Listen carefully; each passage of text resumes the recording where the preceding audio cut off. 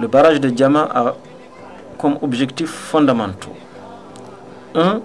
D'empêcher en période d'étiage la remontée des eaux salées dans le delta et la basse vallée du fleuve Sénégal. 2. De permettre l'irrigation de 120 000 hectares de terre dans sa zone d'influence en combinaison avec le barrage de Manantali. 3. De permettre la satisfaction des besoins en eau des centres urbains et ruraux. 4. D'améliorer les conditions de remplissage des lacs et dépressions liées au fleuve Sénégal, notamment le lac de Guiers, le lac d'Erkiz et la dépression d'Aftout et Saheli, le parc du Djoudj et le parc du Djawling. Et 5. De réduire les hauteurs de pompage dans la zone d'influence de la retenue. L'aménagement dit barrage de Diama est composé des parties principales suivantes.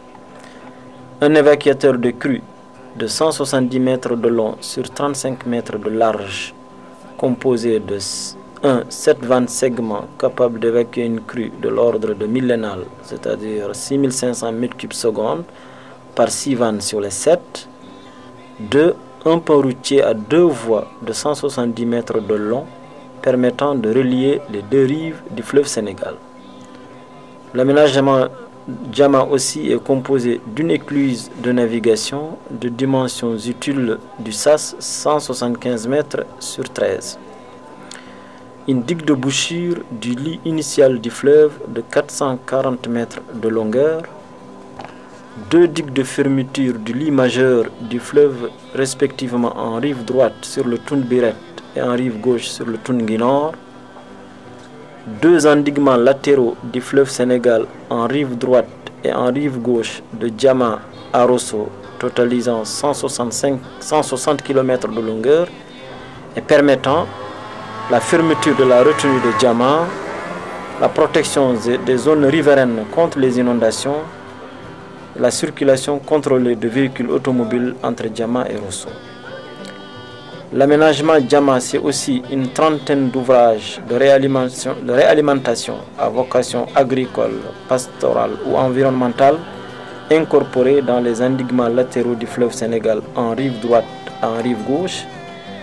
C'est aussi un réseau de routes et de pistes d'accès au barrage, comprenant une piste de liaison du barrage à la digue rive gauche de 25 km, la route d'accès au barrage en rive gauche bitumée en 2005 de 18 km et la piste de liaison du barrage à la digue rive droite de 9 km.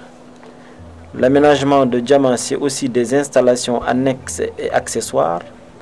C'est notamment les 3 cités d'habitation, cité cadre, cité maîtrise et cité ouvrière pour le personnel d'exploitation du barrage. C'est aussi des bâtiments d'exploitation à usage de bureaux ou ateliers. Et c'est enfin des stations de traitement et d'alimentation en eau pour les cités d'habitation. Depuis la mise en service du barrage de Diama en 1986, et surtout après la mise en place de la SOGED, Société de gestion et d'exploitation de Diama, qui est une société de patrimoine chargée, entre autres, de l'exploitation, l'entretien et le renouvellement des ouvrages existants, ainsi que la conception, le financement, la construction et l'exploitation de nouveaux ouvrages, à l'exception de ceux consacrés à la production hydroélectrique programmée par l'OMVS.